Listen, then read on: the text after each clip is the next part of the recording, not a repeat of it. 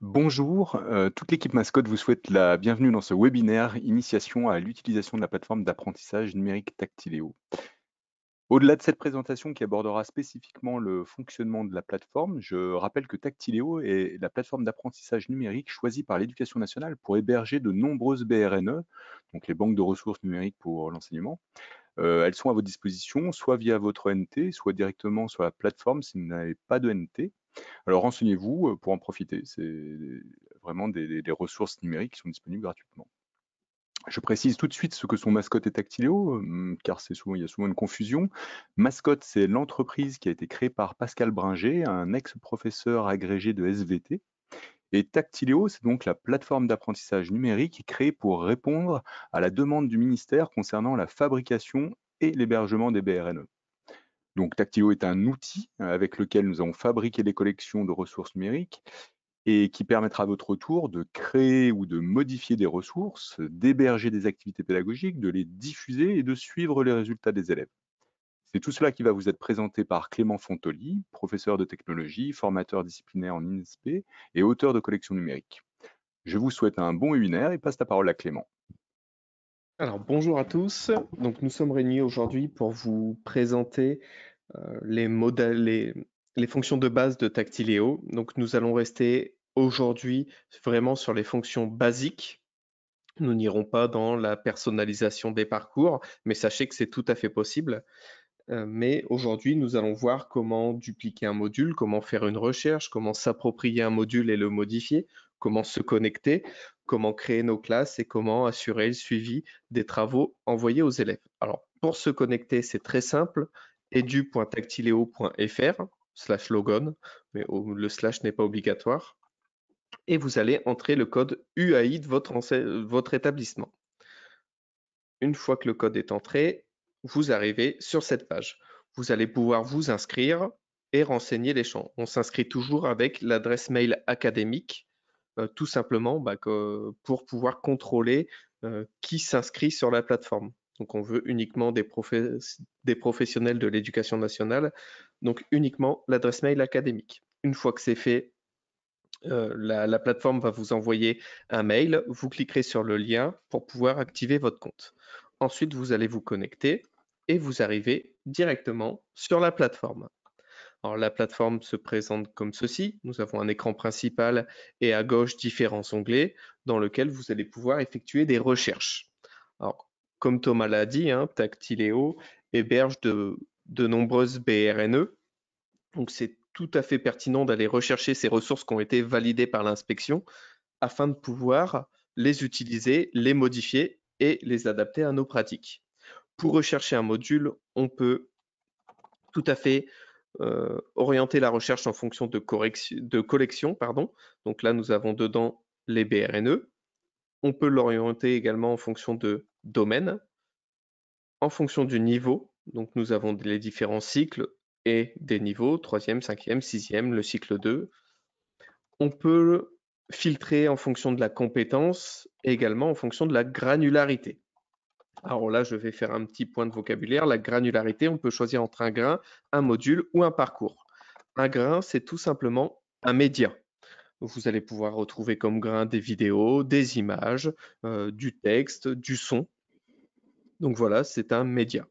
Un module, c'est un ensemble de grains avec des éléments qui vont être soit de présentation, soit évalués, donc avec des questions, etc. Donc c'est ce qu'on pourrait appeler une activité. C'est un module. Un parcours, c'est tout simplement un ensemble de modules. Donc je vais faire une recherche. Moi, je suis professeur de technologie. Je vais donc faire une recherche sur les énergies. Donc voilà, je fais ma recherche. Je n'ai pas mis de filtre encore. Donc 722 ressources trouvées sur les énergies et je vais plutôt orienter ma recherche vers un module. Je valide, donc je vois que j'ai 319 modules de disponibles et je veux rechercher dans la collection Mascotte Science, donc la BRNE Science, et je vois que j'ai 142 ressources trouvées. Ensuite, je vais pouvoir aller sélectionner une ressource. Avant, naturellement, je peux la visualiser. Donc, quand je clique sur visualiser, ça m'ouvre un nouvel onglet et je peux visualiser tout le module. Et je peux, si ce module me convient, en cliquant sur les 3 petits points en bas à droite, le dupliquer. Le dupliquer, quand on clique dessus, le module va être automatiquement copié et collé dans mes ressources. On voit que j'ai ici un onglet dans mes ressources. Donc voilà, là, vous vous êtes approprié le module. Et ce qui est vraiment bien, c'est que vous allez pouvoir le modifier totalement. Donc je peux par exemple supprimer la description pour en mettre une autre. Je peux supprimer le premier élément, le deuxième aussi si je ne le trouve pas pertinent. Je peux également aller en ajouter. Donc ça, je vais vous les présenter juste après un à un. Donc j'enregistre toujours et voilà, j'ai mon module qui est prêt et je peux ensuite l'envoyer à mes élèves une fois qu'il me convient. Ce qui est vraiment bien également, c'est que je vais pouvoir créer un module en partant de rien. Si tous vos cours sont prêts, n'allez pas modifier l'ensemble de vos activités parce que vous avez trouvé quelque chose sur Tactiléo qui conviendrait. Non, vous pouvez partir de rien et créer en totalité votre module. Alors pour ce faire, je reviens à l'écran d'accueil. Voilà, donc vous êtes sur l'écran d'accueil, vous allez cliquer sur créer un module. Voilà, on ajoute toujours un titre. Voilà, vous pouvez ajouter une description et vous pouvez également choisir une image pour l'illustrer. Maintenant, nous allons entrer dans le vif du sujet, nous allons ajouter des éléments. Alors, nous avons deux types d'éléments, des éléments évalués, donc au nombre de 13, et nous avons également 5 éléments d'information. Alors, ces éléments portent bien leur nom parce qu'ils sont là uniquement pour informer l'élève. Je peux par exemple intégrer une vidéo. Donc, je clique tout simplement sur l'élément, j'entre le titre, et ici, je vais aller rechercher sur YouTube, sur Mediacad, une vidéo que je trouve pertinente pour un de mes cours. Par exemple, ici, je veux faire un cours sur l'énergie. J'ai trouvé une vidéo sur YouTube, l'énergie au fil du temps. Je vais tout simplement copier l'URL et venir la coller ici. Je clique sur OK, j'enregistre et je teste. Donc là, vous allez voir, Tactiléo a intégré la vidéo YouTube dans l'interface de Tactiléo. C'est-à-dire que l'élève ne va pas sortir de son module pour visualiser la vidéo. Il va pouvoir la visualiser ici. Donc, elle se lance, il n'y a pas de souci, elle pourra passer à la suite pour continuer de faire le module. Deuxième élément d'information, la page Internet ou l'objet incorporé. Alors, la page Internet, tout simplement, vous avez trouvé une page Internet qui vous convient. Faites attention, certains sites Internet, par exemple le site d'EDF, ne permet pas l'intégration dans un module. C'est-à-dire qu'il affichera un message d'erreur. Donc, testez toujours votre module avant de l'envoyer aux élèves. C'est super important.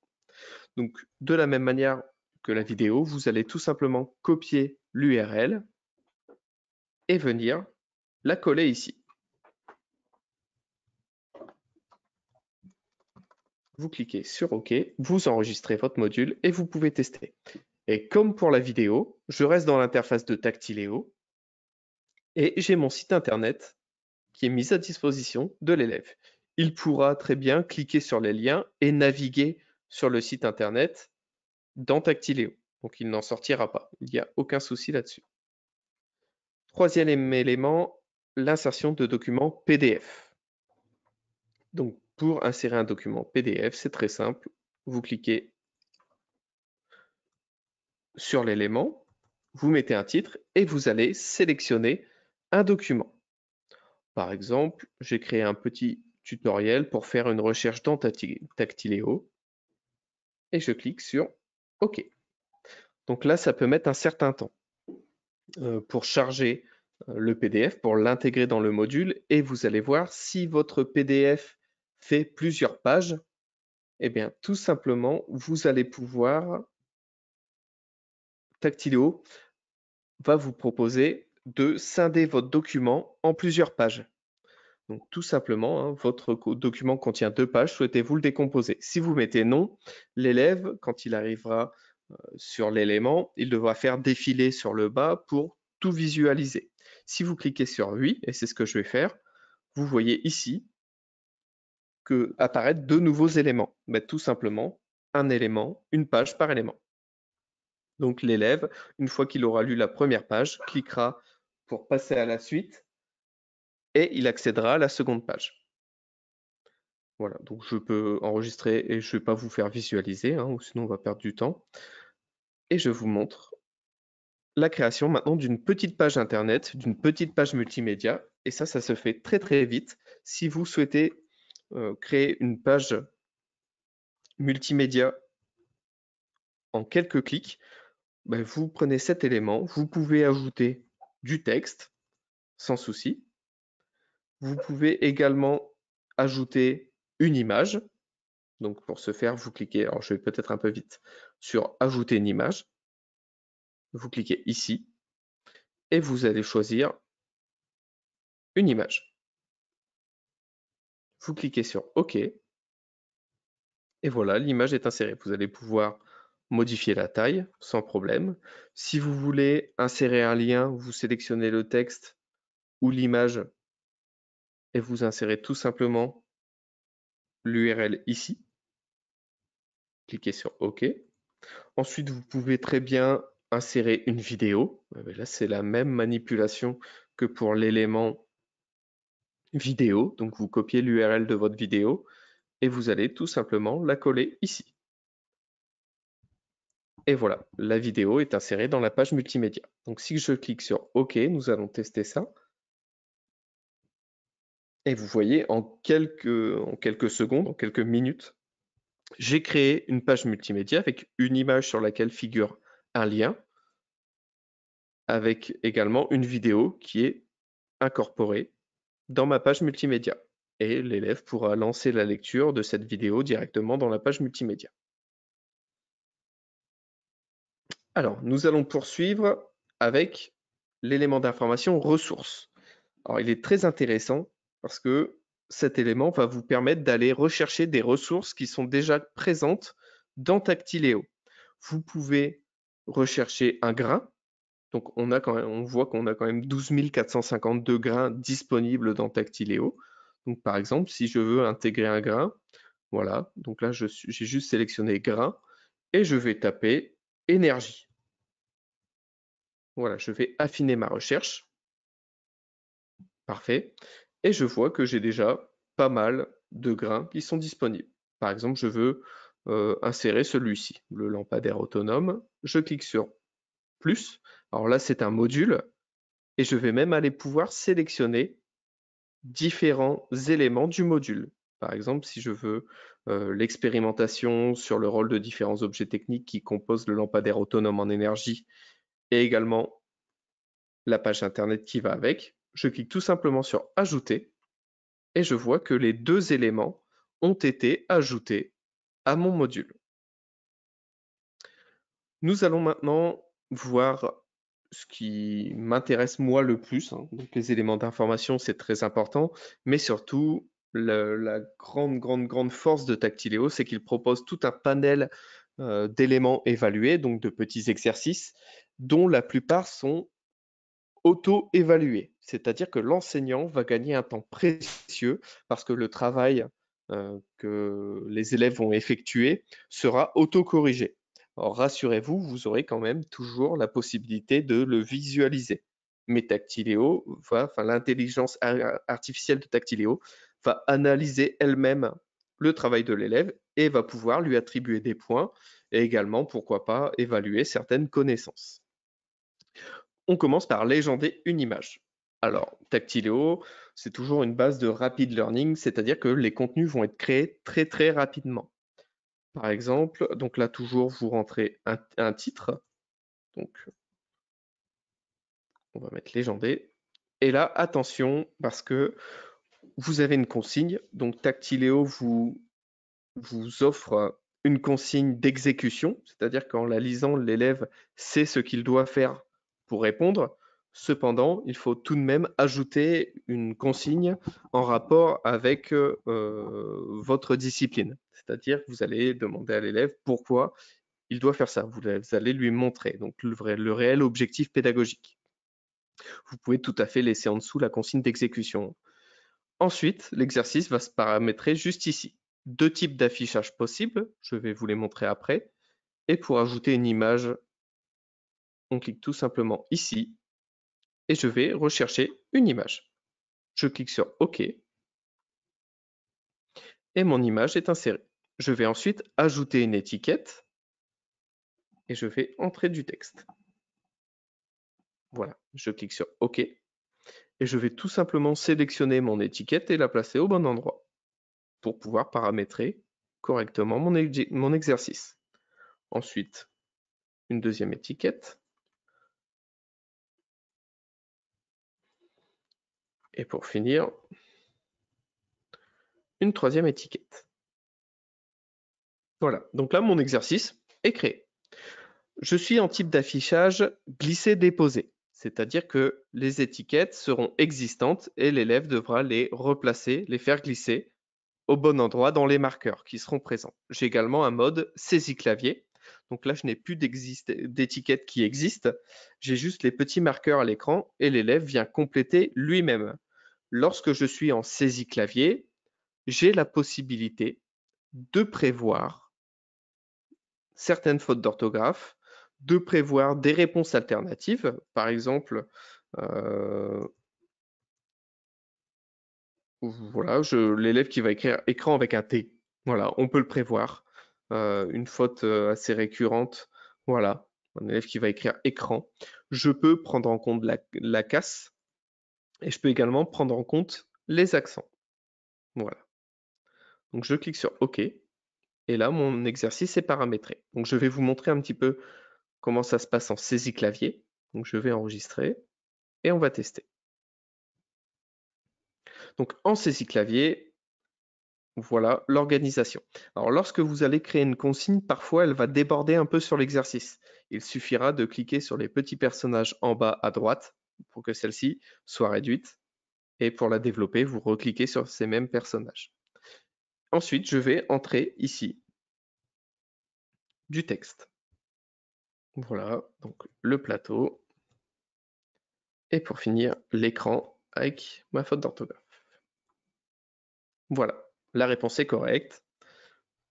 L'élève, ça a été auto-corrigé, auto-évalué. L'élève peut passer à la suite. Alors, vous pouvez également dupliquer directement un exercice. Par exemple, si je veux recréer le même exercice mais avec des étiquettes, je clique sur dupliquer l'élément, il est ici, et je vais le modifier en cliquant sur le petit stylo. Et je passe en glisser-déposer. Et là, vous allez voir,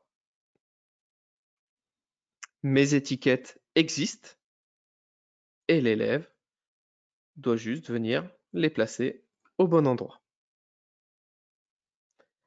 Nous allons reprendre cet exercice avant que je puisse vous montrer les autres et je vais vous montrer également comment le paramétrer. Nous avons différents paramètres. Là, je vous demande d'être attentif. Alors là, on évalue automatiquement et là, on a un mode évaluation manuelle. Je vous montrerai juste après quand je vous aurai montré comment créer les classes et les apprenants, qu'on peut également évaluer manuellement avec Dactyléo, envoyer des commentaires sur les erreurs éventuelles des élèves, ou on peut également choisir de ne pas évaluer l'exercice. On peut également régler les feedbacks, donc les retours sur le travail des élèves.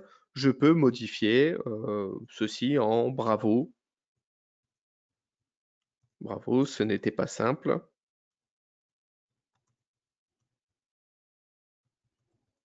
Voilà, je peux également, pourquoi pas dans ce feedback, ajouter une vidéo. C'est tout à fait possible, hein. Si on veut que l'élève aille plus loin, eh ben, je peux lui mettre une petite vidéo. Donc je clique juste ici, je clique sur OK. Voilà.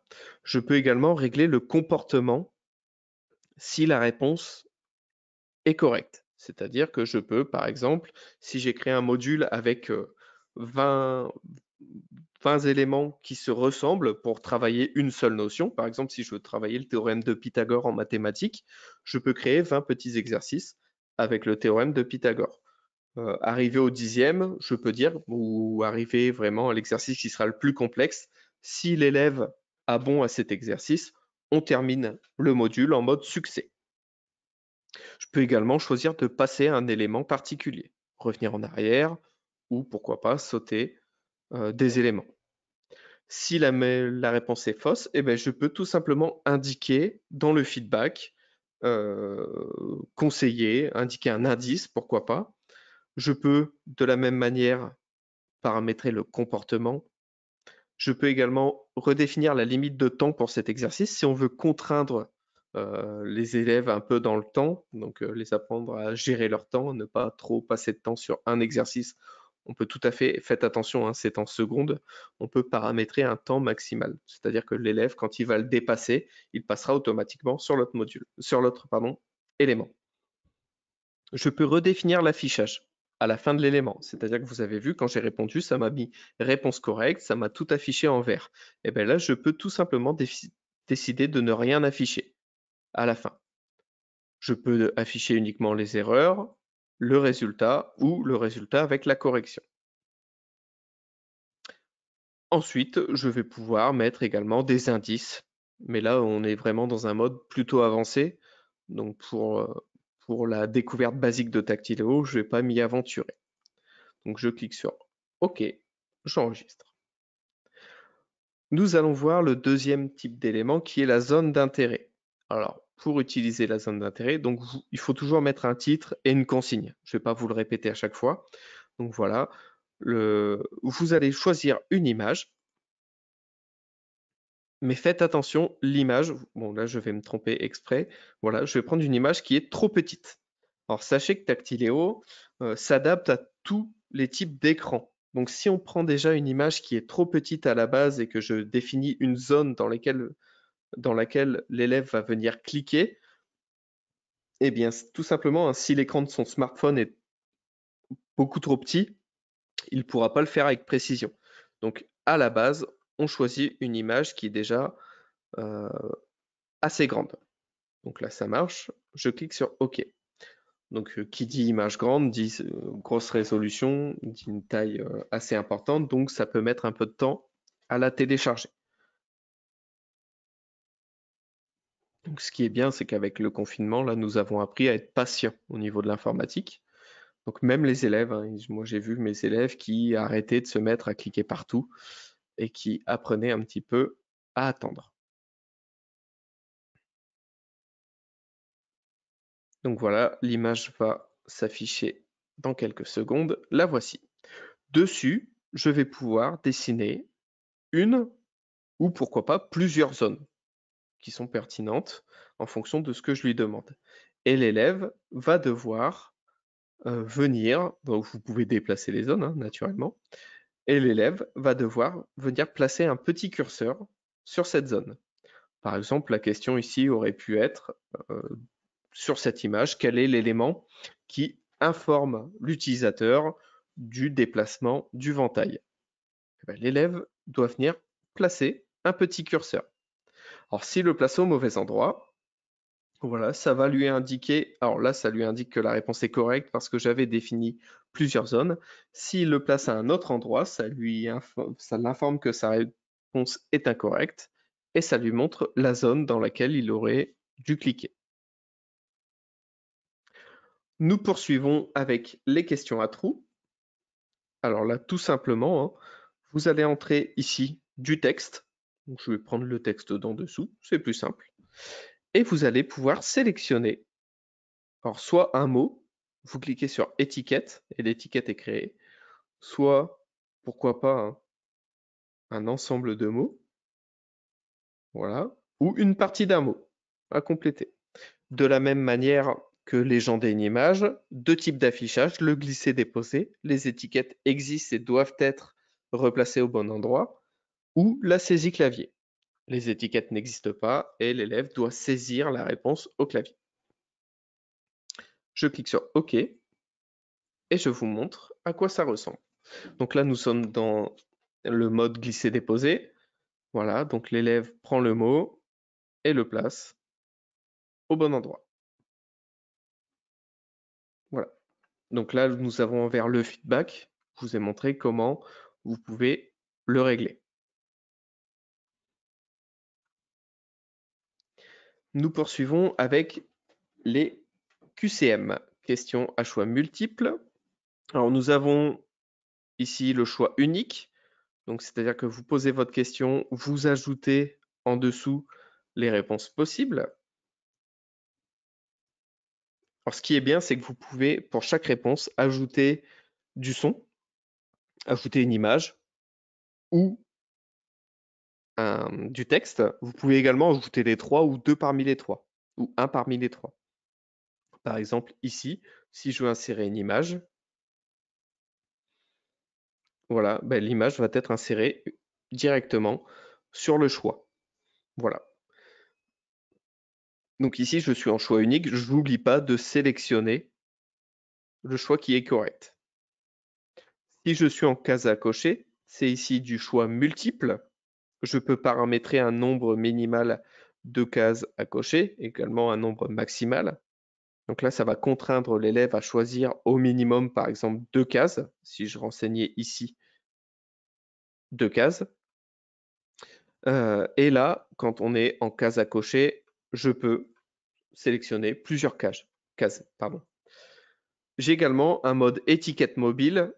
Alors celui-ci, tout simplement, hein, les choix que j'ai renseignés en dessous, les propositions, seront à l'écran et bougeront un peu aléatoirement dans tous les sens. Et là, ça sera l'élève qui devra venir cliquer sur les bonnes et s'arrêter une fois qu'il a cliqué sur les étiquettes qu'il souhaitait sélectionner. Donc elles disparaîtront au fur et à mesure. Donc nous allons regarder un petit peu du côté de l'élève ce qui se passe. Donc là, je suis en case à cocher. L'élève a ici la consigne et il va venir sélectionner les différentes propositions. Alors nous poursuivons. Alors le sondage de la même manière hein, que le questionnaire à choix multiples, sauf que celui-ci n'est pas auto-évalué, n'est pas évaluable. L'élève va pouvoir tout simplement donner son avis dans un sondage. Nous avons également la question audio. Alors, la question audio, uniquement une consigne à renseigner, ça peut être un texte à lire, ça peut être une phrase à traduire, pourquoi pas, ça peut être apprendre à se présenter également. Donc on clique sur OK, donc là je n'ai rien paramétré, et du point de vue de l'élève, ce qu'il se passe, lorsqu'il va arriver sur cette question, il va pouvoir ouvrir l'enregistreur audio. Il va pouvoir également démarrer l'enregistrement. Voilà. Et il aura 2 minutes, soit 120 secondes, pour s'enregistrer, pour effectuer le travail. Voilà. Donc il pourra continuer de lire derrière la consigne, hein, c'est pas un souci. Et une fois que c'est terminé, il va cliquer ici. Il a la possibilité de se réécouter naturellement et il va pouvoir valider. Et là, on voit que le fichier audio est en cours de transfert. Alors ça, c'est un exercice qui fonctionne très très bien avec les smartphones. L'élève s'enregistre et ça vous envoie automatiquement le fichier audio. Et vous pourrez ensuite l'écouter quand vous assurerez le suivi du module qui est envoyé, le suivi de session. Donc voilà, la salle l'a envoyé. Par contre, vous avez vu, ça peut être plus ou moins rapide suivant la connexion. On poursuit maintenant avec la réponse ouverte. La réponse ouverte, comme son nom l'indique, hein, vous posez uniquement une question et vous pouvez ensuite sélectionner un texte court, auquel cas vous pourrez ajouter des réponses possibles. Si vous sélectionnez un texte long, là ce n'est plus possible d'ajouter des possibilités de réponse. On attend vraiment une réponse rédigée de la part de l'élève et on peut également attendre un nombre. Et là, à nouveau, c'est possible d'ajouter une réponse. Et c'est dans ce genre d'exercice que c'est tout à fait pertinent d'aller sélectionner dans paramétrage une évaluation qui sera manuelle.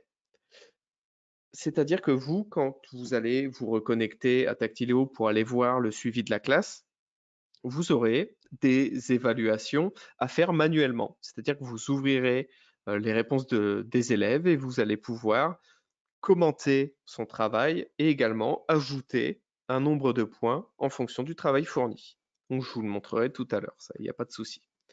Donc, je reviens dans ma description et je clique sur OK. Donc là, on est en texte long. Je vais tester. Et voilà. Donc j'ai la consigne ici en bas. L'élève va répondre. Voilà. Donc il va répondre à votre question et il passera à la suite. Alors ça, je vais vous montrer juste derrière. Nous poursuivons.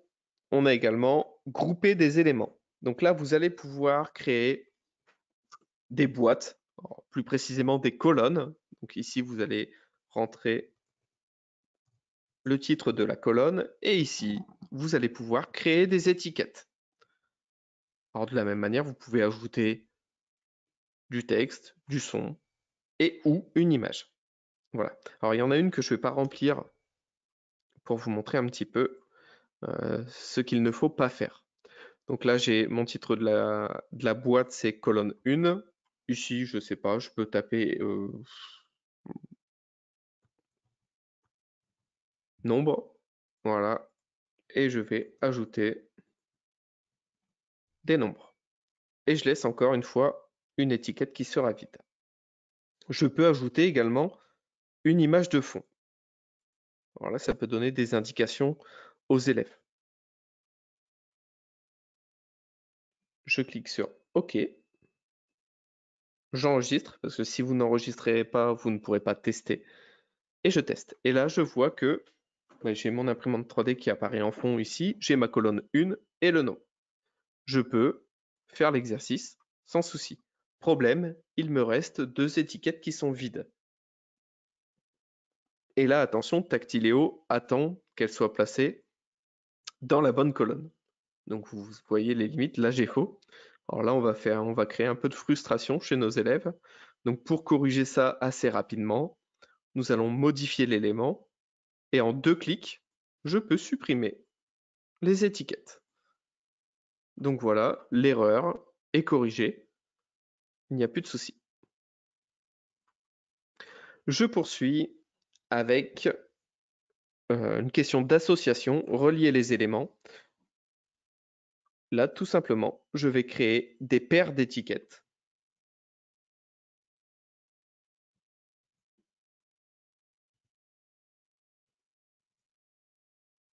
Voilà. Je peux à nouveau ajouter du son et une image. Et 3 types d'affichage. Le type d'affichage pair, je mémorise. Alors je mémorise, je ne vais pas vous le présenter, hein, ce sont tout simplement des cartes retournées et l'élève doit les retourner 2 à 2. Et j'ai également le mode associé. On va commencer par le mode d'affichage pair. Donc je clique sur OK, j'enregistre.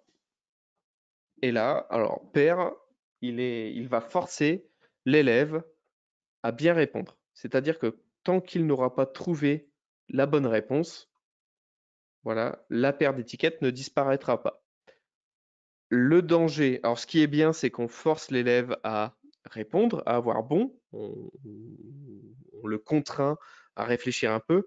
Le souci, c'est quand il y a très peu d'étiquettes comme ceci, moi j'ai vu mes élèves qui vont tenter toutes les associations possibles sans même lire les étiquettes. C'est-à-dire qu'ils vont le faire rapidement, très rapidement. Et là, Tactileo ne compte pas le nombre d'essais, c'est-à-dire qu'il va valider la réponse.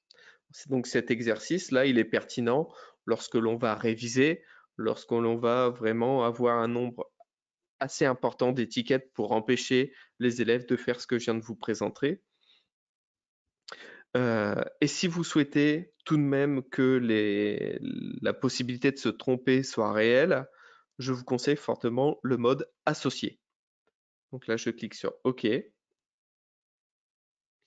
dans le mode associé, on a une colonne à gauche, une colonne à droite, et l'élève va venir réorganiser ces colonnes.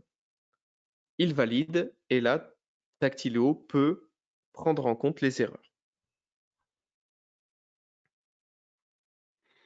Ensuite, ordonner des éléments. Donc, je vais tout simplement ajouter des réponses et les ordonner, leur donner un ordre. Tactileo, derrière, va mélanger ces étiquettes. Il n'est pas impossible qu'il les mélange, mais les replace dans le bon ordre aussi, hein. Auquel cas, l'élève devra quand même réfléchir pour savoir si l'ordre est le bon. Mais c'est tout à fait possible. Donc voilà, il va les replacer dans le bon ordre, valider sa réponse, et voir s'il a bon.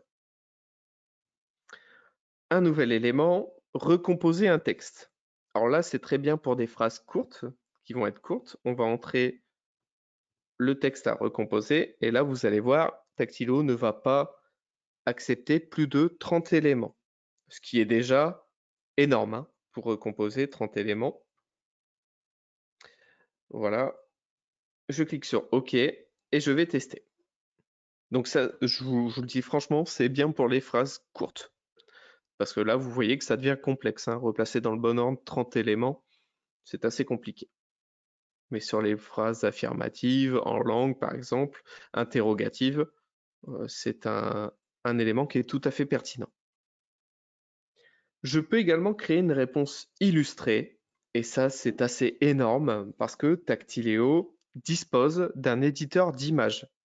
C'est-à-dire que je vais sélectionner une image, voilà, je vais l'intégrer, et par exemple dans la consigne, je vais demander à l'élève d'entourer l'écran. Alors vous imaginez bien, par contre là, Tactileo est incapable d'auto-corriger cet exercice. Nous passerons plutôt en évaluation manuelle. Voilà, donc je demande à l'élève d'entourer l'écran. Il peut également taper du texte. Hein, et l'élève va ouvrir l'exercice, va arriver sur l'exercice.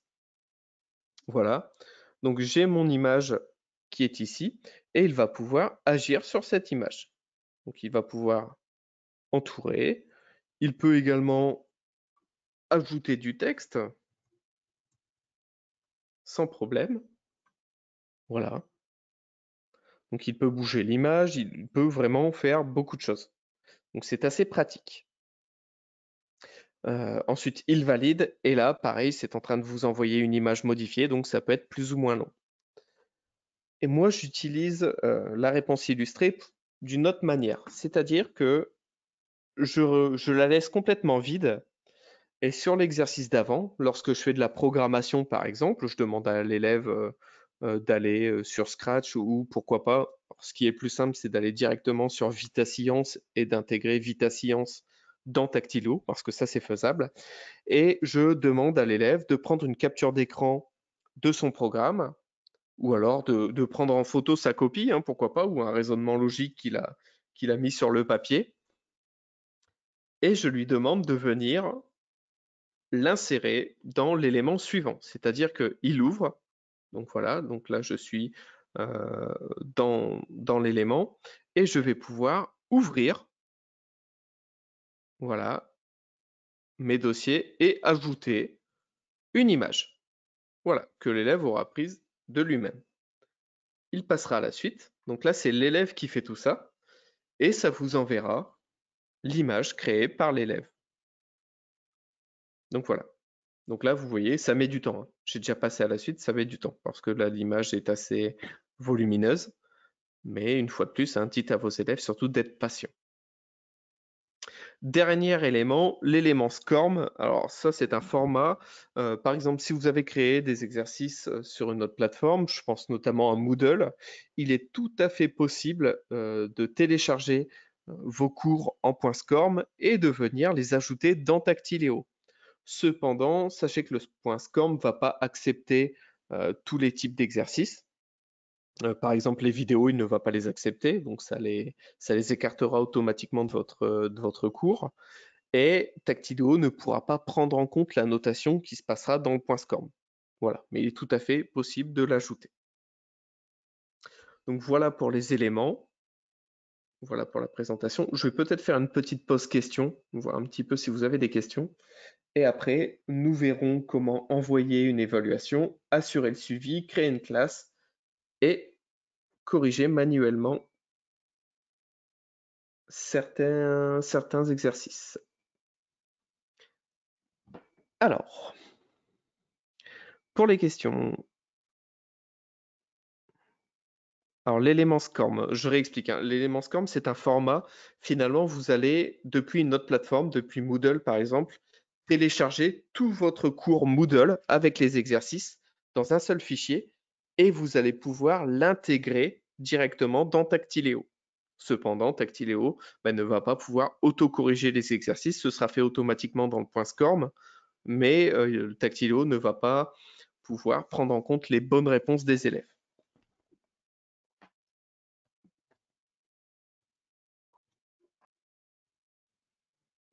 Alors, y a-t-il des tutos pour les élèves sur votre chaîne?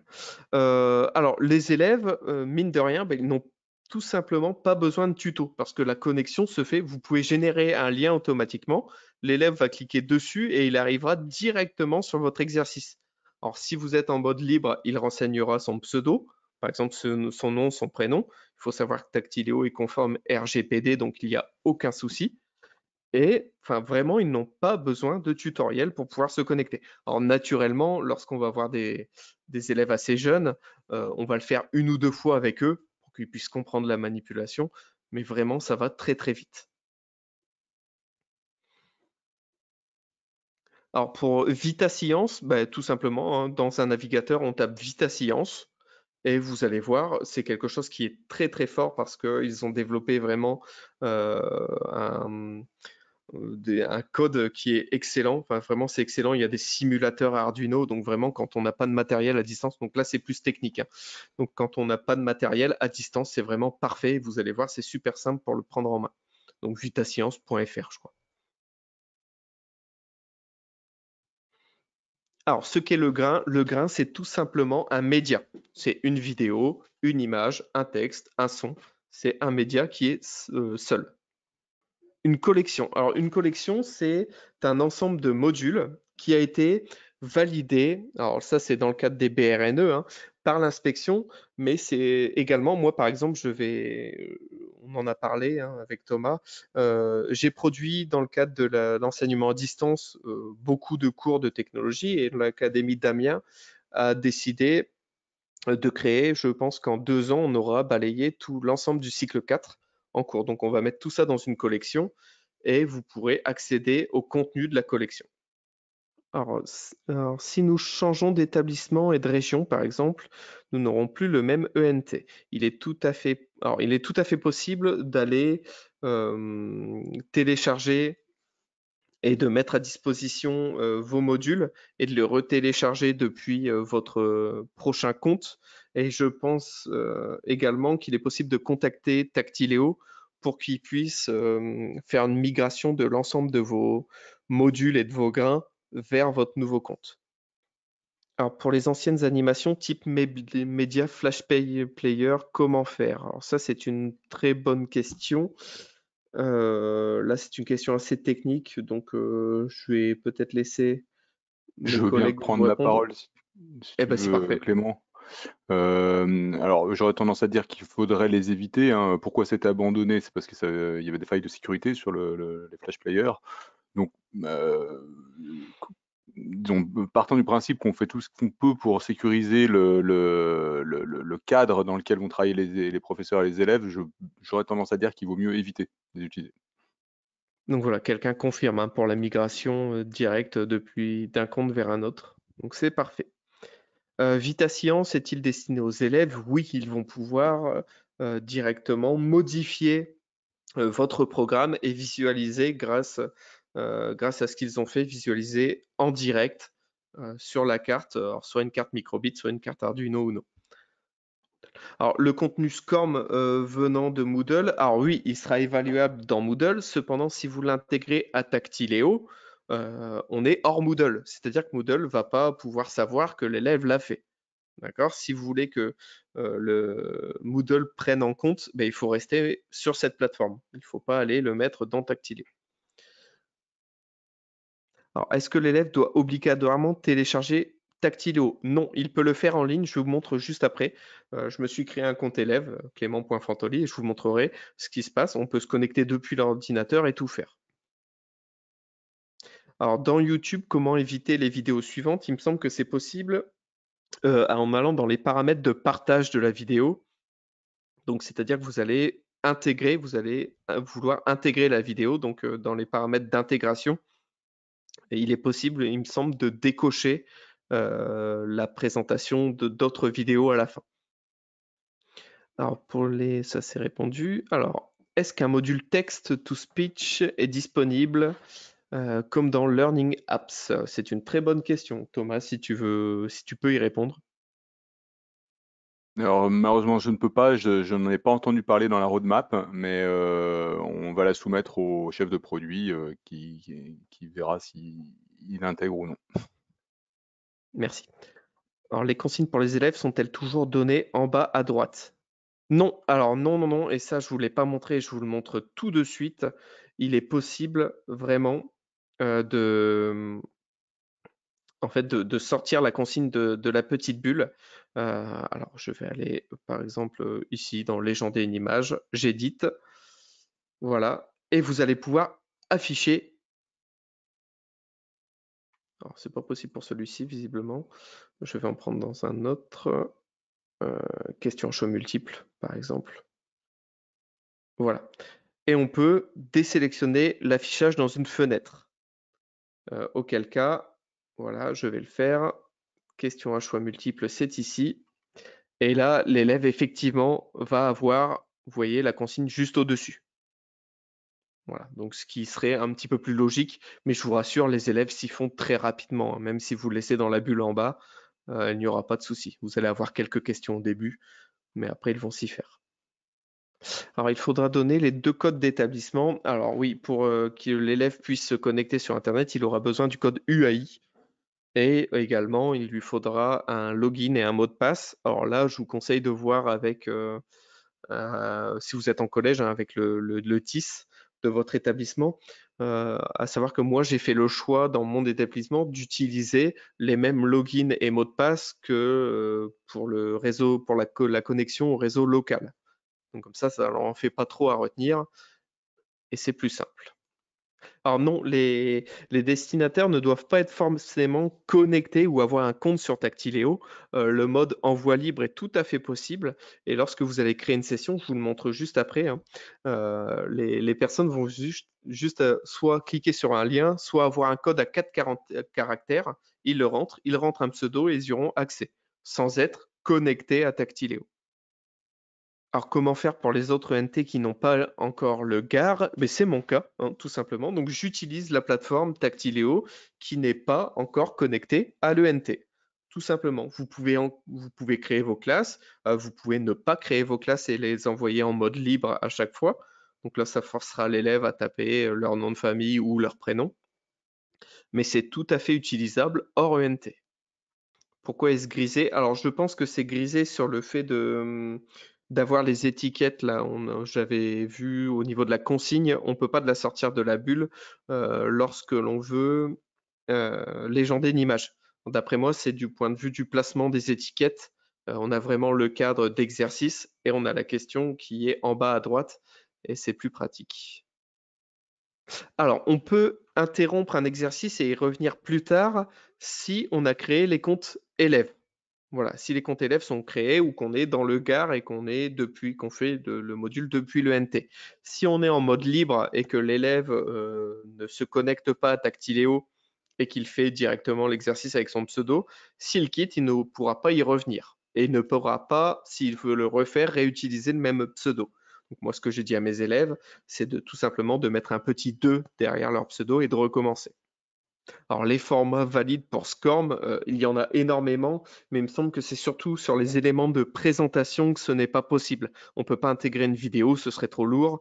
On ne peut pas présenter une image. On ne peut pas, il me semble également, de mettre de liens vers de créer des intégrations de sites, en fait, des sites internet externes. Donc ça, le GAR pardon, pas le GAR, le SCORM le refuse.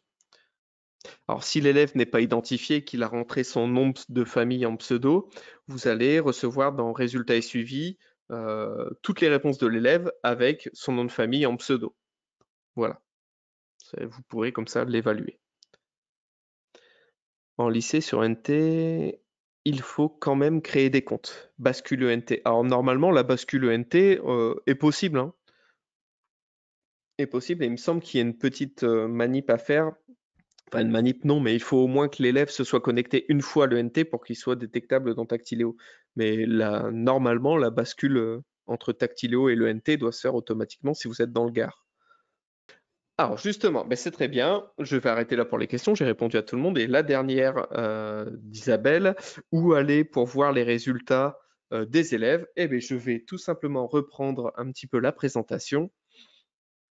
Voilà, donc je vais sortir d'ici et je vous montre comment créer une session d'évaluation. Donc une fois que je suis dans mon module, j'ai terminé, je vais cliquer sur créer une session.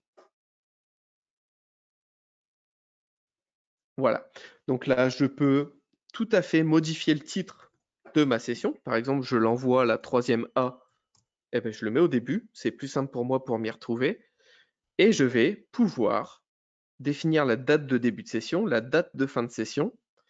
Et si je clique directement sur créer une session, là, j'aurai créé une session libre, c'est-à-dire qu'il n'y aura pas d'apprenants qui seront affectés spécifiquement. Ça sera une session, mais je vais le faire, hein, tout simplement. Voilà, donc j'aurai un code à 4 caractères et l'élève, lorsqu'il va se connecter à edu.tactileo. Alors, c'est pas celui-ci, hein, c'est le /go. À la fin, vous voyez, il a un code à entrer. Donc, tout simplement, on prend le code L4M7.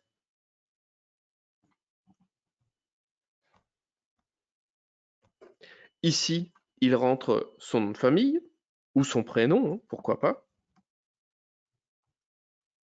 Et on clique sur C'est parti. Et là, l'élève est connecté au module. Donc, il va voir la vidéo, il va faire tout ce qu'on a fait. Donc là, vous voyez qu'en classe inversée, c'est un outil qui va être assez puissant, hein. On peut diffuser une capsule vidéo et vous allez voir, maintenant, si je reviens du côté prof, je vais faire un petit exercice quand même pour vous montrer qu'il est tout à fait possible de voir les réponses et les éventuelles erreurs des élèves. Voilà. Donc, vous voyez en temps réel, donc là, je suis dans la partie prof, le temps passé sur le module. Donc là, je savais que j'ai une vidéo qui dure à peu près 4 minutes et je vois qu'en 14 secondes, il en est déjà à l'exercice 9. Si je clique ici, je vois que l'élève n'a pas répondu. Si je clique maintenant sur cet exercice, je vais voir les fautes de l'élève et la correction en dessous. Et ici, j'ai la note qui s'affiche. Il est également possible, alors ça c'est très bien, de copier un lien d'accès direct. Alors, par exemple, lorsque vous remplissez les cahiers de texte des élèves que vous souhaitez envoyer un module, copiez le lien d'accès, vous collez ça dans le cahier de texte et l'élève n'aura qu'à copier, enfin qu'à prendre ce lien, voilà, il clique dessus et il arrive directement sur rejoindre une session avec le code qui est pré-rempli et il met un pseudo. Donc ça, c'est dans le cas où je crée une session qui est libre d'accès. Maintenant, si j'ai créé ma classe, je vous montrerai après comment le faire. Je vais vous montrer maintenant plutôt. Donc voilà, pour assurer le suivi des élèves, voir un petit peu leur travail, leur temps de connexion et la note. Ensuite, je vais pouvoir créer une classe. Donc là, je vais dans Administration et je vais pouvoir gérer les classes. Voilà, donc par exemple, je vais ajouter une classe. Voilà, je vais l'appeler 3e A et j'enregistre. Donc voilà, ma classe est ajoutée. Ensuite, je retourne dans Administration et Gestion des apprenants. Donc là, je vois que ici, ce sont des formateurs, Jean-Baptiste Desachi et Guillaume Mélier, qui testent mes modules. Et ce sont également des auteurs pour l'Académie d'Amiens qui font un travail formidable en création de modules pour la technologie collège. Et je vais pouvoir ajouter soit manuellement un apprenant. Alors, vous en conviendrez, hein, je ne vais pas faire ça. Moi, par exemple, dans mon collège, il y a à peu près 700 élèves. Je ne vais pas le faire manuellement. Je peux également importer des apprenants et je vais exporter un modèle. Voilà, donc là, je vois, ça m'a téléchargé un document, un classeur, un document Excel. Voilà, j'active la modification et je vais pouvoir, en exportant depuis Pronote, mettre des identifiants de connexion ici, le nom de famille, le prénom, la classe de l'élève. J'enregistre et ensuite il suffira de charger le fichier et Tactileo va vous importer directement tous les apprenants et créer tous les comptes. Donc lorsque vous allez, donc voilà pour la création de classe, donc lorsque vous allez maintenant vouloir envoyer un module à des apprenants. Donc là, c'est celui qu'on vient de créer, hein. Vous allez pouvoir cliquer, vous n'êtes pas obligé de rentrer dedans, hein. Vous cliquez sur les 3 petits points, créer une session, et vous allez affecter le module aux apprenants. Et vous cliquez sur créer une session. Alors, qu'est-ce qui se passe maintenant du point de vue élève? Donc là, je vois que j'ai 3 élèves ici. Et bien, l'élève va se connecter de la même manière. Il va rentrer le code UAI du collège, son login, son mot de passe, et il clique sur se connecter. Et là, on va être vraiment dans l'interface élève. Donc, je vois qu'il y a un module qui est apparu ici. Il n'y était pas avant. Il peut également revenir sur les modules qu'il a lui-même terminés. Voilà. Et là, il a le travail à faire. Donc, il va pouvoir commencer le travail. Et là, ce qui est assez pratique, c'est que si l'élève quitte le module en cours de route, il pourra très bien y revenir par la suite. Il n'y a aucun souci. Donc voilà. Donc en gros, l'élève va répondre. Et lorsque vous aurez coché l'option évaluation manuelle, là, l'élève va répondre et sera en attente d'une note. Voilà, donc là, il va être en attente d'une note. Par exemple, alors je l'ai fait un petit peu avant de commencer. Donc là, je vais dans résultats et suivi sur la gauche, c'est un onglet. Je vais vous le montrer une fois que ça aura chargé. Et vous allez voir, vous avez un onglet qui s'appelle à évaluer et il y a un chiffre ou un nombre qui va s'afficher au-dessus de cet onglet. Onglet, c'est le nombre de travaux à évaluer. Donc par exemple, ici, j'en ai 2. Donc c'est résultats et suivi pour suivre. Donc là, on voit que moi, j'en ai déjà 1143 dans cette année scolaire. Donc je l'utilise énormément, je l'utilise sans arrêt en classe, je l'utilise à la maison, en révision, en classe inversée, en réactivation de connaissances, etc. Même en vérification des prérequis, c'est très pratique de le faire avant qu'ils arrivent en classe. Donc là, je vois que l'élève qui s'appelle Fantoli Clément a répondu, voilà, a répondu sur le trajet robot. Donc ça, c'est, je vais aller l'évaluer, je clique sur évaluer et je vois la réponse de l'élève. Voilà, je clique en bas à gauche sur évaluer et je peux affecter un nombre de points. Par exemple, s'il s'est trompé, hein, voilà, donc et là, je peux ajouter un petit commentaire qui sera pertinent. On va mettre ça. J'enregistre, voilà, partiellement réussi, et je ferme. Ensuite, lorsque l'élève, je vais me reconnecter en tant qu'élève.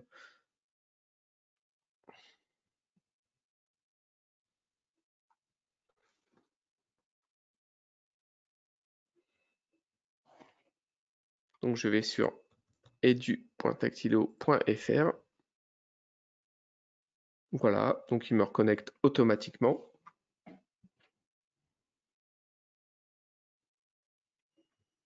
Donc c'était un module qui était terminé. Et le voici. Donc il est toujours en attente d'une note parce que je n'ai pas encore évalué le deuxième travail. Donc si j'y vais rapidement, hein, je clique sur évaluer. En commentaire, bravo, j'enregistre et voilà. Donc ça c'est fait.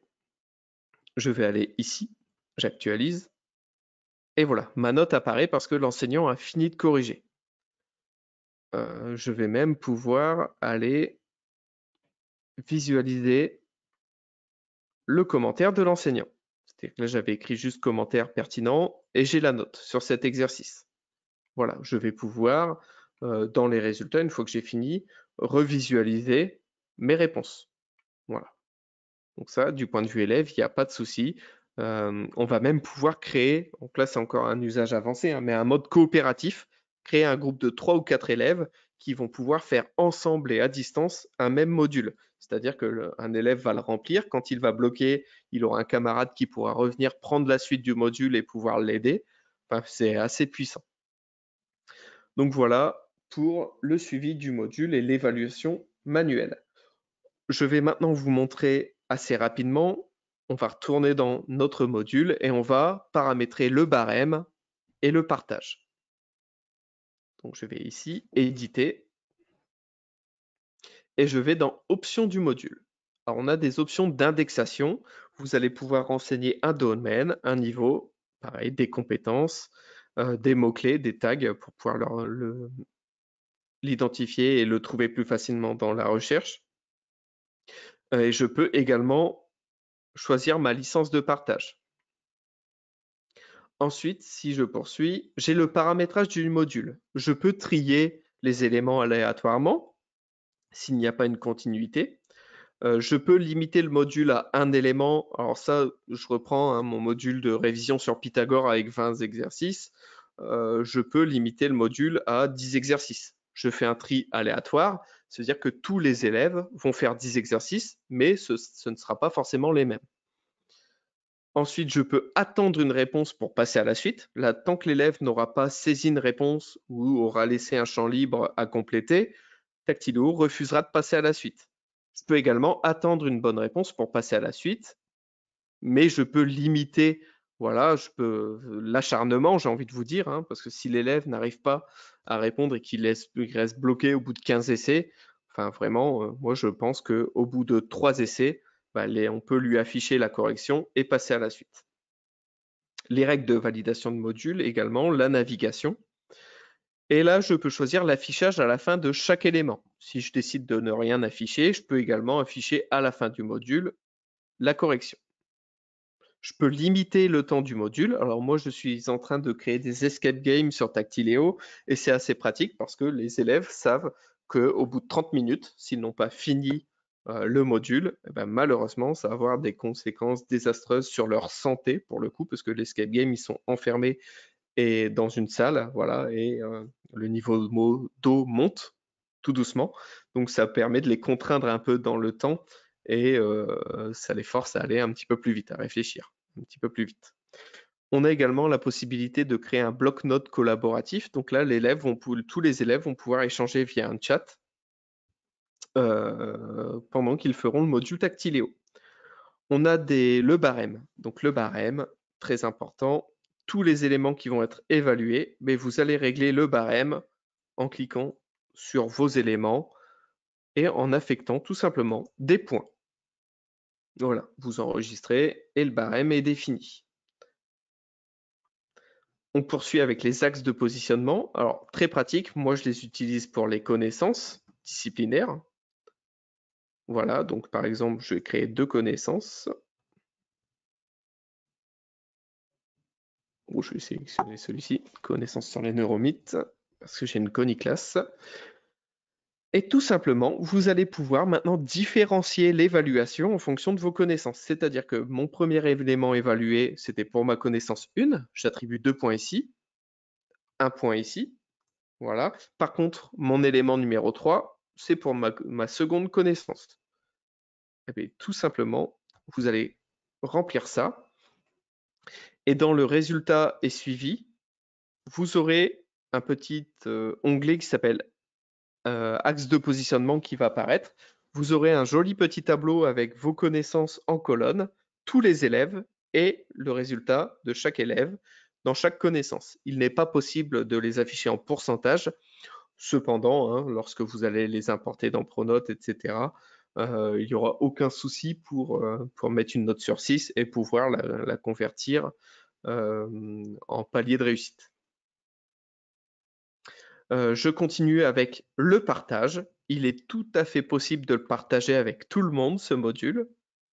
Alors là, si vous avez bien paramétré le Creative Commons dans l'indexation, les personnes vont pouvoir soit le visualiser, le dupliquer et le modifier. Donc ça, ce sera à vous de bien le régler. Vous pouvez également uniquement partager avec votre établissement. Vous pouvez ne pas le partager. Et vous pouvez également entrer une adresse mail académique avec laquelle un collègue se sera créé un compte Tactileo. Il recevra une notification par mail avec la possibilité de dupliquer votre module. Donc voilà pour ma présentation. Je crois que c'est bon, j'ai tout montré. Donc je vais revenir à vos questions si vous en avez. Donc on a essayé de répondre, hein, c'est Thomas qui parle, on essaie de répondre en direct à la plupart des questions. Merci à Emmanuel d'ailleurs qui a fait un gros travail au cours du webinaire. Et Bon, vous pouvez même D'accord. éventuellement lever la main, on a des possibilités d'ouvrir les micros si vous le souhaitez. Alors oui, pour importer les élèves avec le fichier Excel, il faut télécharger, le fichier exemple dans Tactiléo. Il vous propose de télécharger, vous allez pouvoir, le compléter.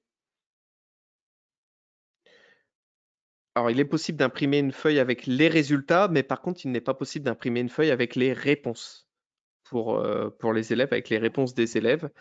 Cependant, si vous avez créé les comptes élèves, alors là, ça a corrigé un problème, hein, effectivement, qu'on avait avant avec les sessions libres uniquement, parce que l'élève ne pouvait pas retourner sur ses tentatives, sur le travail qu'il avait effectué. Et là, maintenant, il le peut. Il peut aller consulter le travail auquel il a déjà répondu.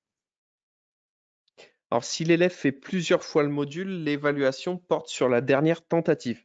Alors, en règle générale, il ne refait pas plusieurs fois le module, ou alors il le fait avec, en session libre, en rajoutant un 2 ou un 3 ou un chiffre ou peu importe, hein, une lettre, hein, derrière son pseudo. Après, libre à vous, de prendre en compte les résultats de la dernière tentative ou non. Alors Clément, je vais juste préciser une chose, c'est qu'effectivement sur les modules, ce qui va être enregistré, c'est la première tentative. Ce qui fait la différence avec les parcours où, dans le sein d'un parcours, c'est la dernière tentative qui est conservée. D'accord. C'est une notion à avoir, OK, d'accord. Merci. je t'en prie. Alors, comment les élèves reçoivent leur code utilisateur? Eh bien, ça, c'est à vous de leur donner, hein, une fois que c'est créé. On leur donne, on les accompagne en classe pour une première connexion. Et comme ça fonctionne relativement bien, mais d'où l'intérêt de réutiliser leur code de connexion au réseau local du collège. Comme ça, on donne les codes qu'une seule fois. Peut-on imprimer tous les documents? Toutes les réponses des élèves? Alors moi, je vous déconseille, hein, ne serait-ce que pour l'environnement, d'imprimer, toutes les réponses des élèves, tous les résultats, parce que de toute façon, vous les conservez, tant que vous ne les effacez pas dans la partie résultats et suivi. Alors pour importer les élèves avec le fichier ah non, ça j'ai déjà répondu. Alors l'option partager avec tout le monde a disparu de mon interface, je ne sais pas pourquoi. D'après moi, c'est parce que vous êtes dans le Gard et il me semble que dans le Gard, alors là, Thomas me corrigera si je me trompe, hein, mais ce n'est pas encore possible de partager avec tout le monde. Ouais, c'est exactement cela, hein, ça a imposé le GAR a imposé des contraintes en plus, qu'on a dû respecter. C'est donc, notre donneur d'ordre, éducation nationale qui nous l'a imposé. D'accord. Alors, Il y a un travail actuellement justement pour le partage, une réflexion qui est faite sur, tu en parlais tout à l'heure, sur le fait de mettre à disposition des collections un petit peu, comment dire?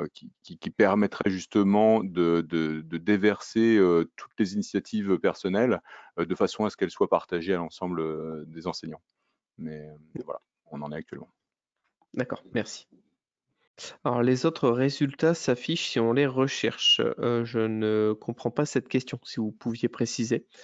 Alors, avec une connexion à partir d'un ENT, est-il possible pour un élève de refaire plusieurs fois un même module ou un même parcours? Oui, tout à fait. Alors, soit vous pouvez le paramétrer, soit vous pouvez l'envoyer. Vous pouvez envoyer un module plusieurs fois. Alors moi, je le fais, hein, parce que tout simplement, les élèves qui n'ont pas réussi, je leur renvoie, mais une semaine après. Parce qu'il faut savoir que l'élève qui va voir la correction et pouvoir le refaire directement après, d'un point de vue cognitif, c'est pas très intéressant parce qu'il va avoir placé tout ça dans sa mémoire de travail. Il va la garder au frais le temps de l'utiliser, il va l'oublier tout de suite derrière. Et je vais juste compléter ta réponse. Oui. Sur l'interface élève, en fait, on voit 2 espaces très définis qui sont, les activités à faire et les activités terminées. Et en fait, tout simplement, une activité à faire passe dans terminé quand elle est faite, mais par contre, on peut revenir sur toutes les activités terminées et les refaire. D'accord, merci. Alors, dans mon établissement, Tactilo est affecté dans le Gard, mais en italien. Je suis prof d'anglais, je peux me servir tout de même. Oui, bien sûr, toutes les. Alors, il faut savoir que l'italien, c'est une BRNE qui est hébergée sur Tactileo. En anglais, c'est pas sur Tactileo, mais vous pouvez tout à fait utiliser librement Tactileo pour créer vos propres modules et même, pourquoi pas, consulter les modules de vos collègues qui ont déjà été créés parce qu'il y en a beaucoup qui se développent en anglais en ce moment sur Tactileo. Alors, les comptes élèves sont disponibles, alors ils seront disponibles pour tout l'établissement parce que vous vous connectez avec le code UAI. Une classe créée par vous sera tout à fait utilisable par un autre collègue.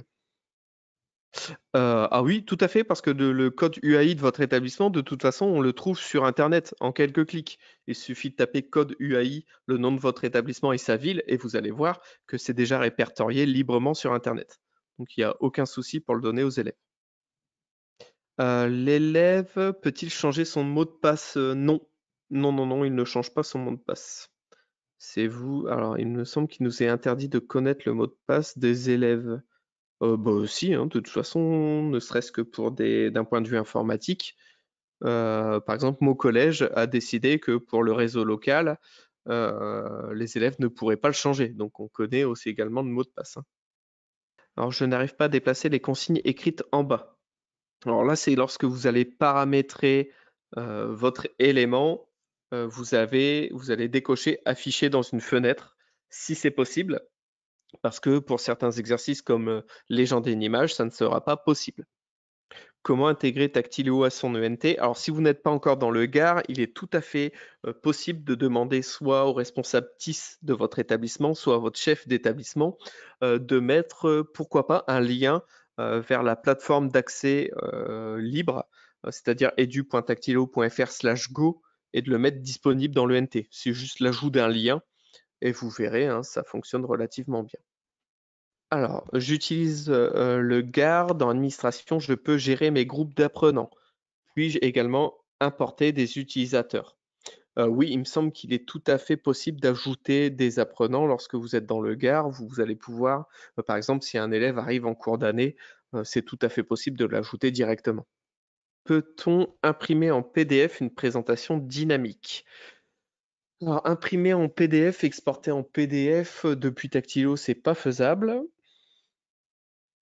Au niveau des résultats des élèves, hein, je pense des réponses des élèves. Mais une présentation dynamique, alors je ne saurais pas vous répondre, Catherine. Y a-t-il une collection éducation aux médias et à l'information? Alors là, Claire, il faudra que vous fassiez vous-même la recherche. On trouve vraiment énormément de choses. C'est-à-dire que lorsque ça n'existe pas, des enseignants, alors c'est peut-être pas dans une collection, hein, mais il y a des enseignants qui créent des ressources et qui les mettent à disposition. Donc ça fait vraiment toute la force de Tactiléo. Donc vous pourrez trouver certainement beaucoup de choses vis-à-vis de l'éducation aux médias et à l'information. J'ai moi-même créé un module qui est à disposition, par exemple. Alors, Isabelle, oui, je vais remontrer rapidement comment déplacer la consigne qui se trouve en bas. Il n'y a pas de souci.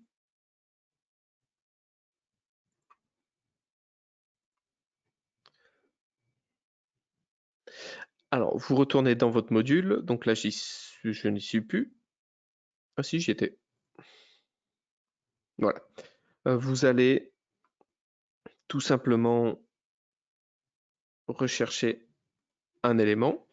Voilà, vous cliquez sur modifier et là, vous avez affiché dans une fenêtre. Vous décochez. Cliquez sur OK. Et je pense qu'on était là. Et voilà, vous voyez la consigne qui apparaît maintenant en haut et non plus dans une petite bulle en bas.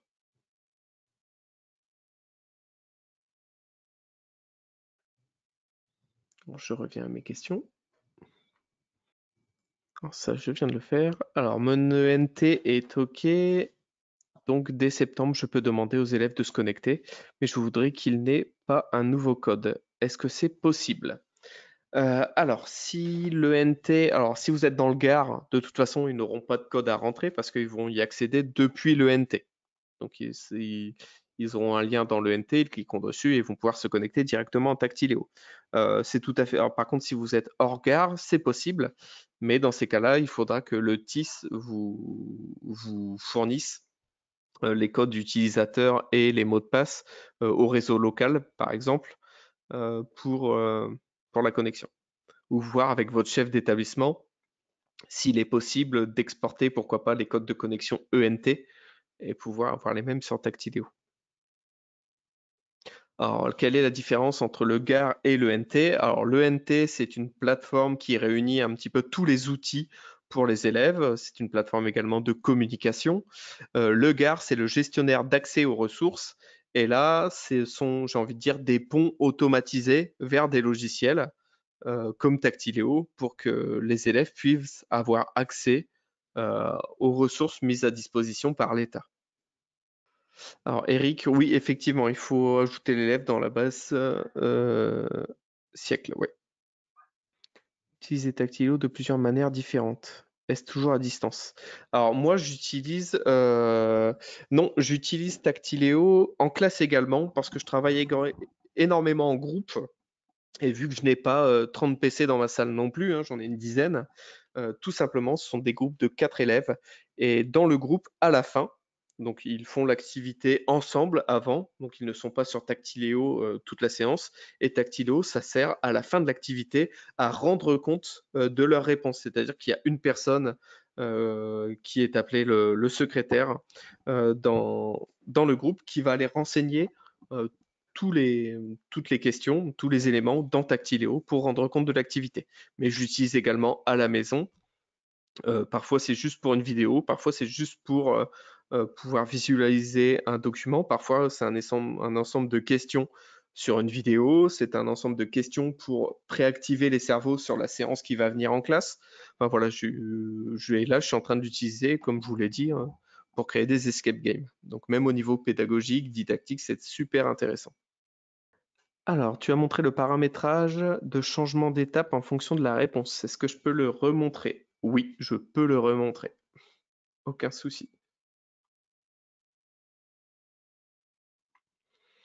Alors, on va ici, on va aller dans modifier l'élément. Donc là, on est dans l'élément, dans la question. Donc ici, c'est les gens des nuages. Je vais dans paramétrage et juste ici, j'ai le message si la réponse est correcte. Et là, j'ai le comportement si la réponse est correcte.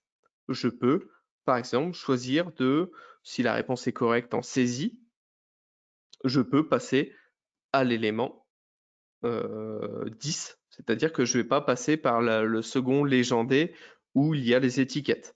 Par contre, s'il a eu faux, je l'oblige à bifurquer vers les étiquettes. Alors ça, mine de rien, c'est ce qu'on appelle de la différenciation pédagogique, c'est-à-dire que l'élève a eu bon en tapant du texte, donc c'est une modalité de rappel qui est plus complexe, donc il n'a pas besoin de faire avec les étiquettes. Par contre, l'intelligence artificielle, dans l'autre cas, si l'élève a eu faux, va permettre à l'élève d'être en réussite avec une modalité de rappel un peu moins complexe. Donc là, c'est du rappel par reconnaissance, c'est-à-dire que les étiquettes seront présentes et tout simplement, il va bifurquer automatiquement sur un exercice un peu plus simple. Avec tout de même la même exigence à la fin, c'est qu'il sache compléter, par exemple ici, la composition d'une imprimante 3D. Mais bon, effectivement, s'il arrive à le saisir au clavier sans avoir besoin d'étiquette, ça serait un peu bête. Et là, je vois que quand j'ai paramétré mon comportement en fonction de la réponse, j'ai une petite éclair jaune là qui apparaît sur le côté, tout simplement pour m'indiquer qu'en fonction de la réponse de l'élève, le comportement de Tactiléo sera différent et on appelle ça individualiser un chemin d'apprentissage. Alors Claire, à la semaine prochaine pour la différenciation pédagogique. Alors sachez que la semaine prochaine, nous refaisons un webinaire, mais par contre là, je ne répondrai pas à ce type de questions. C'est-à-dire que là, nous irons plus loin avec des utilisateurs avancés et nous serons vraiment dans la variation des modalités de rappel. Donc on parlera de sciences cognitives, on parlera de tout ça, mais malheureusement, sur les questions qui viendront après, je ne pourrai pas m'attarder sur des questions sur les bases d'utilisation de Tactiléo. Alors, est-ce que si je crée un module à partir de mon compte Tactiléo connecté à l'ENT, est-ce que je vois ce module dans mon compte personnel hors ENT? Non, parce que ce sont deux comptes différents, ils ne sont pas liés. C'est-à-dire que vous avez votre adresse ENT et vous avez votre adresse académique de l'autre côté. Ce n'est pas lié dans Tactiléo. Il faudra les transférer. J'ai quelques tablettes disponibles au collège, j'espère qu'elles seront assez puissantes. Or oui, ça ne demande pas vraiment une grande puissance d'utilisation Tactileo.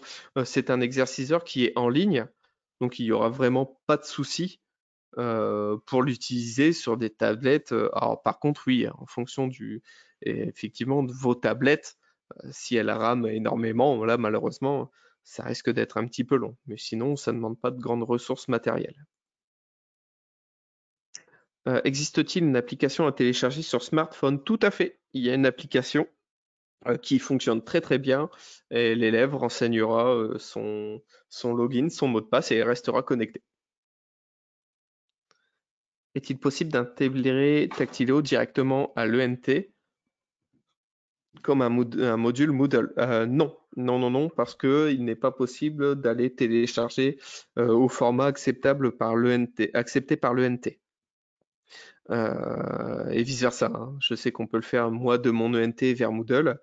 Ça nous télécharge un document Excel et on peut l'intégrer directement en Moodle, mais là, Tactilo, ce n'est pas possible.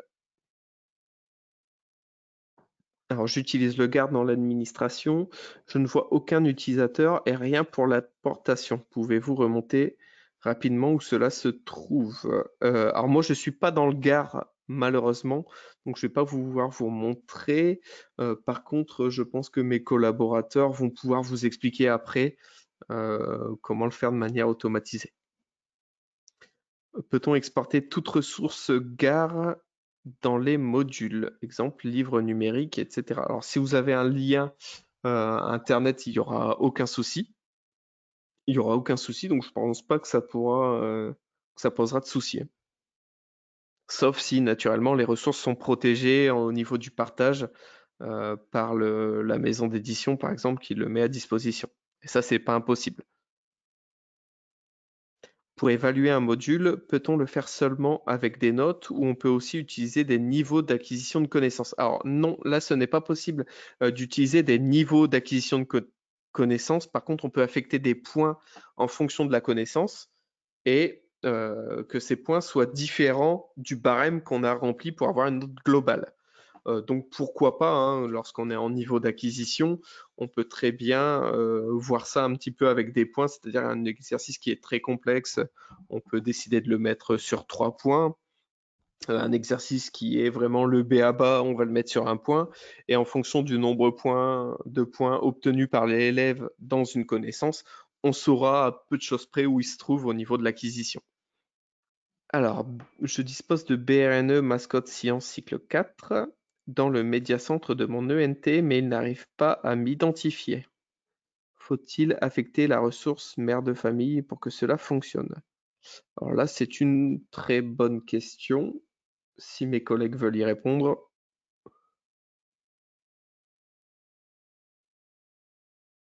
Thomas, si tu... Tout à fait, c'est exactement ça, hein. Il faut bien faire attention, c'est-à-dire que pour que la collection apparaisse, il faut d'abord affecter la ressource mère de famille et ensuite la ressource fille qui correspond à la collection, à la matière de la collection, exactement. Donc c'est bien ça, hein. En D'accord, fait, la réponse est dans la question, il n'y a pas de souci. d'accord, merci. Et merci aussi à Eric hein, qui avait répondu entre-temps D'accord, merci. via le chat. Alors, en lien avec la différenciation, comment relier le fait de sauter des questions avec la notation? Eh bien, justement, là, c'est une question qui a déjà été abordée lorsque j'ai fait le premier webinaire sur la différenciation. Il faut faire attention parce que lorsque l'on va effectivement régler notre barème, par exemple, on va affecter 4 points au rappel libre, donc la saisie clavier, et on va affecter la moitié des points au fait de mettre les étiquettes au bon endroit. Eh ben, ça fait que une question qui devait être sur 4 points à la base est finalement sur 6 dans le barème.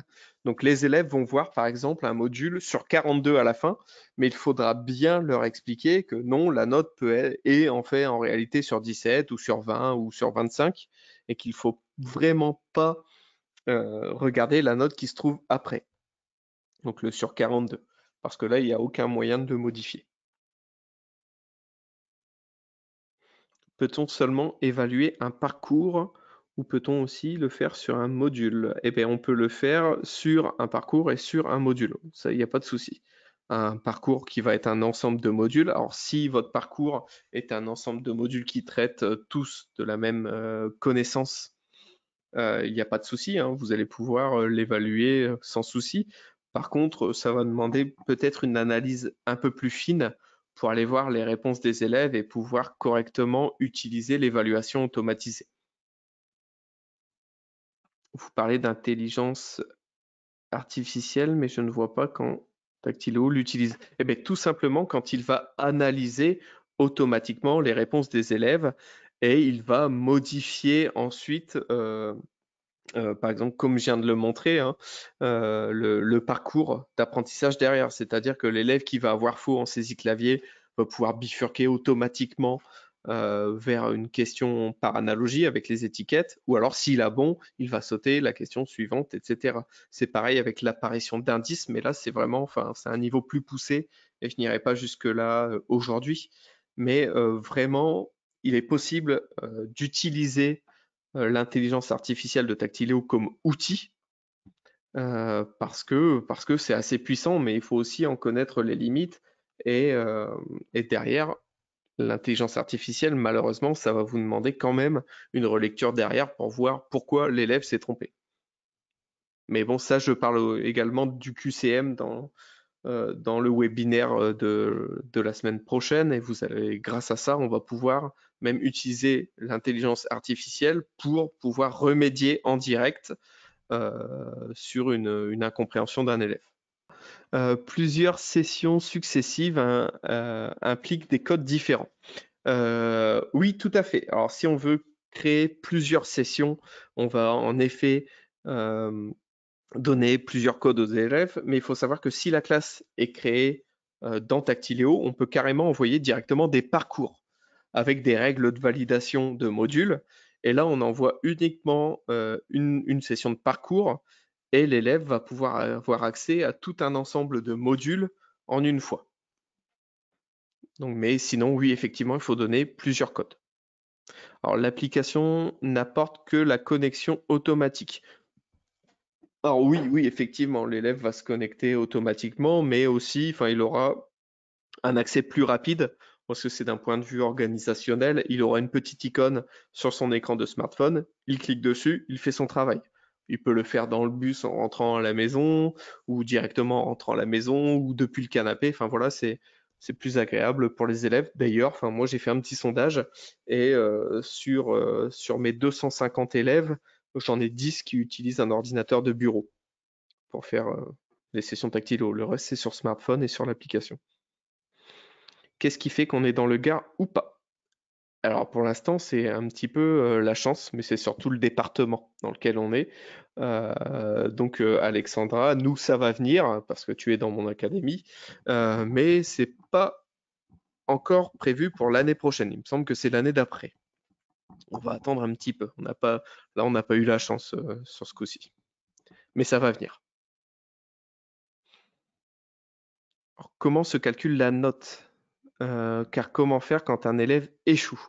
Alors la note, elle, soit par exemple vous êtes sur de la saisie clavier pour légender une image. L'élève va avoir 2 réponses de bonnes parmi 3. Vous aviez prévu 3 points, il aura donc 2 points. Donc là, Tactilo va le faire automatiquement. Ensuite, si vous êtes par exemple sur un QCM, là c'est en mode tout ou rien. C'est-à-dire que vous avez prévu un QCM avec 2 réponses avec 2 points. Si l'élève en oublie une, il aura 0. Si l'élève en met 3, il aura 0. Voilà, là c'est tout ou rien. Donc ça va se calculer automatiquement en fonction des éléments, il va répondre et ça va additionner euh, les points qu'il aura accumulés en faisant l'exercice.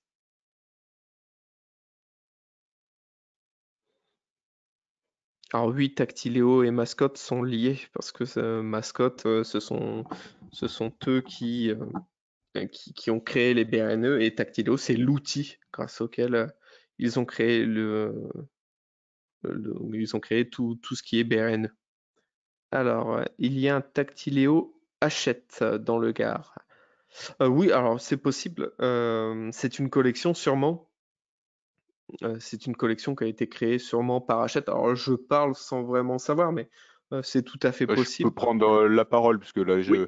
En fait, Bien c'est sûr. assez simple, hein. Tactilo Hachette, Tactilo Mascotte, ce sont des mères de famille. Tactilo Mascotte, eh bien, c'est toutes les collections qui ont été créées par la société Mascotte, hein, qui édite à la fois la plateforme Tactilo, mais qui nous sommes aussi éditeurs de collections. Et donc, toutes les ressources filles sont indicées mascotte, hein, quoi qu'il se passe, mascotte science, etc., mascotte italien, etc., etc. Et puis, d'autre part, on travaille des fois en partenariat, typiquement avec Hachette, et d'où cette ressource mère Tactilo Hachette qui permet d'attribuer les ressources filles liées à Hachette. Voilà. D'accord. Eh ben, il me semble que là, nous n'avons plus de questions. Ah, en voilà une. Comment partager mon document test? Je ne peux choisir que tout le monde ou mon établissement. Je voudrais juste tester avec un seul collègue. Eh bien, dans ces cas-là, si vous voulez tester avec un seul collègue, vous pouvez lui envoyer directement par mail. C'est-à-dire que vous allez aller, je vous le montre rapidement, dans les options du module, partage, et ici, saisissez les emails des personnes avec lesquelles vous souhaitez partager le module. Vous rentrez l'adresse mail professionnelle, donc l'adresse mail académique de votre collègue et il recevra un mail avec la possibilité de dupliquer votre module et également de le visualiser. Les ressources du livre scolaire ne semblent pas associées à Mascotte. Dans ce cas, il n'y a pas de possibilité de récupérer des QCM, par exemple. Alors, il ne me semble pas que ce soit possible. Cependant, et là, je pars sous couvert que vous avez demandé au livre scolaire. Il me semble que ce sont des ressources libres. Alors, si c'est libre de droit, vous pouvez tout à fait les prendre et les recréer. Pourquoi pas dans Tactiléo? Ça se crée très vite, hein. Mais faites attention tout de même aux droits. Parce que on ne peut pas prendre des ressources de n'importe quel éditeur et pouvoir les créer derrière dans Tactiléo. Dans le Gard, que doit-on partager aux élèves? Les mères de famille, les collections filles? Alors là, moi, je ne suis pas dans le Gard, je ne suis pas spécialiste. Donc, je vais laisser... C'est la même problématique. Il s'agit d'abord d'attribuer la mère de famille, ensuite la collection, D'accord, pour chacun. merci. Alors, Alexandra, dans l'administration, je ne peux pas rentrer de classe normale. Bon, si, ça c'est possible, hein. Je vais te montrer.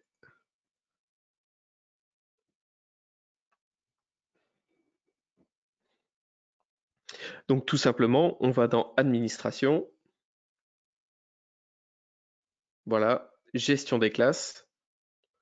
On va ajouter une classe. Voilà, alors la quatrième E, on enregistre. Et ensuite, je vais pouvoir ajouter, lorsque je retourne dans Administration, je vais pouvoir gérer les apprenants et les ajouter, soit en les important, auquel cas, si tu as configuré ta classe 4E dans la petite colonne du fichier Excel qui se trouve là, ben, ça va le créer automatiquement, ça va les affecter automatiquement. Et puis en complétant ça et en cliquant sur importer, normalement il n'y aura pas de souci. Alors tu n'as que 3 items. Alors peut-être qu'on devrait te laisser te donner la parole pour que tu puisses nous expliquer et puis qu'on corrige le problème en direct. Normalement on devrait Oui, t'entendre. c'est bon, c'est bon. En fait, quand je vais dans administration, je n'ai que paramètres de l'établissement, accéder au rapport et gestion des enseignants et j'ai pas d'autres items. D'accord, donc peut-être qu'il y a un responsable Connexion informatique. via le Gard ou via le NT et le Gard? Bah non, puisque je suis dans l'Aisne comme, Clément et je suis pas dans le Gard a priori. D'accord. Bon, bah, je suis pas sûr, mais je crois qu'il y a eu une évolution dernièrement sur ce sujet-là. Donc, ouais, Emmanuel n'est peut-être plus là, il aurait pu nous donner l'information. Je vais me renseigner parce que je sais que ça a été ouvert pendant un moment donné, là, pendant la période de Covid, mais je crois qu'il y a eu un rollback un petit peu sur ce point-là. Donc, en fait, c'est lié à l'accès au compte élève nominatif, qui était, comment dire, qui avait été contraint au départ, hein, quand on avait fabriqué la plateforme, parce que comment dire, l'aspect nominatif n'était pas RGPD du tout. Donc, sachant qu'on a eu d'énormes contraintes RGPD pour mettre à disposition la plateforme. Et puis, pendant la période Covid, là, il y a eu un petit relâchement. Enfin, il a fallu donner plus de souplesse à tout le monde. Donc, il y a eu une ouverture sur l'administration. Et je crois, et là, il faut que je valide ça, mais je crois que le ministère nous a demandé de revenir en arrière et de revenir à un respect strict de la RGPD. Et c'est ce qui fait aussi qu'on avait fabriqué des sessions ouvertes qui permettent à des sessions anonymes de pouvoir réaliser tous les exercices en session anonyme.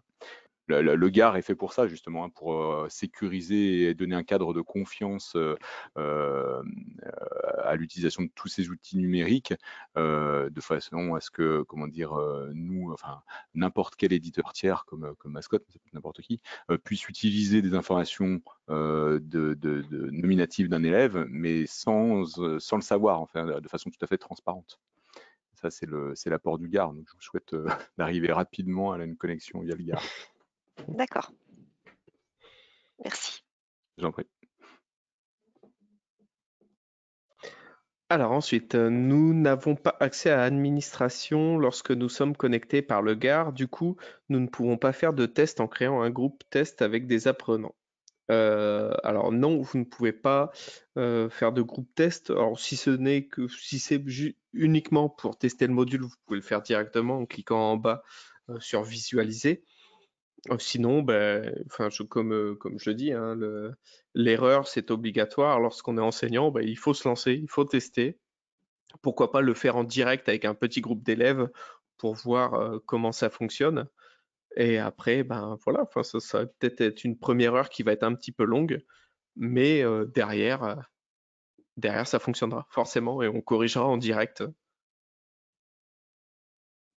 Alors après m'être authentifié à la BRNE, je ne l'ai pas celle-ci. Alors comment supprimer un grain que j'ai créé? Alors il faut éditer le grain et en bas, vous avez une petite barre et vous aurez supprimé. Eh oui, même bug avec Pix, effectivement. Bon, ça va se régler. Allez, on va croiser les doigts. Donc voilà, je pense que là, nous avons répondu à toutes les questions. Oui, il va falloir clore, parce que là, on a fait Oui. un bon débordement. Là. Donc je vous souhaite une agréable journée et à la semaine prochaine lorsque vous aurez testé et vraiment créé des modules pour prendre Tactilo en main et que vous souhaiteriez aller plus loin. Bonne journée. Bien, merci. Merci beaucoup Clément, encore très intéressant ce webinaire. Merci à toutes les personnes qui sont venues écouter et puis bonne utilisation de Tactilo en tant que plateforme et outil pour fabriquer, mais aussi en tant qu'accès à de nombreuses BRNE. Vraiment testez-les parce qu'il y a beaucoup de choses qui sont à disposition, c'est gratuit. Donc, et transmettez aussi. Si vous avez des collègues qui ne sont pas au courant, c'est important.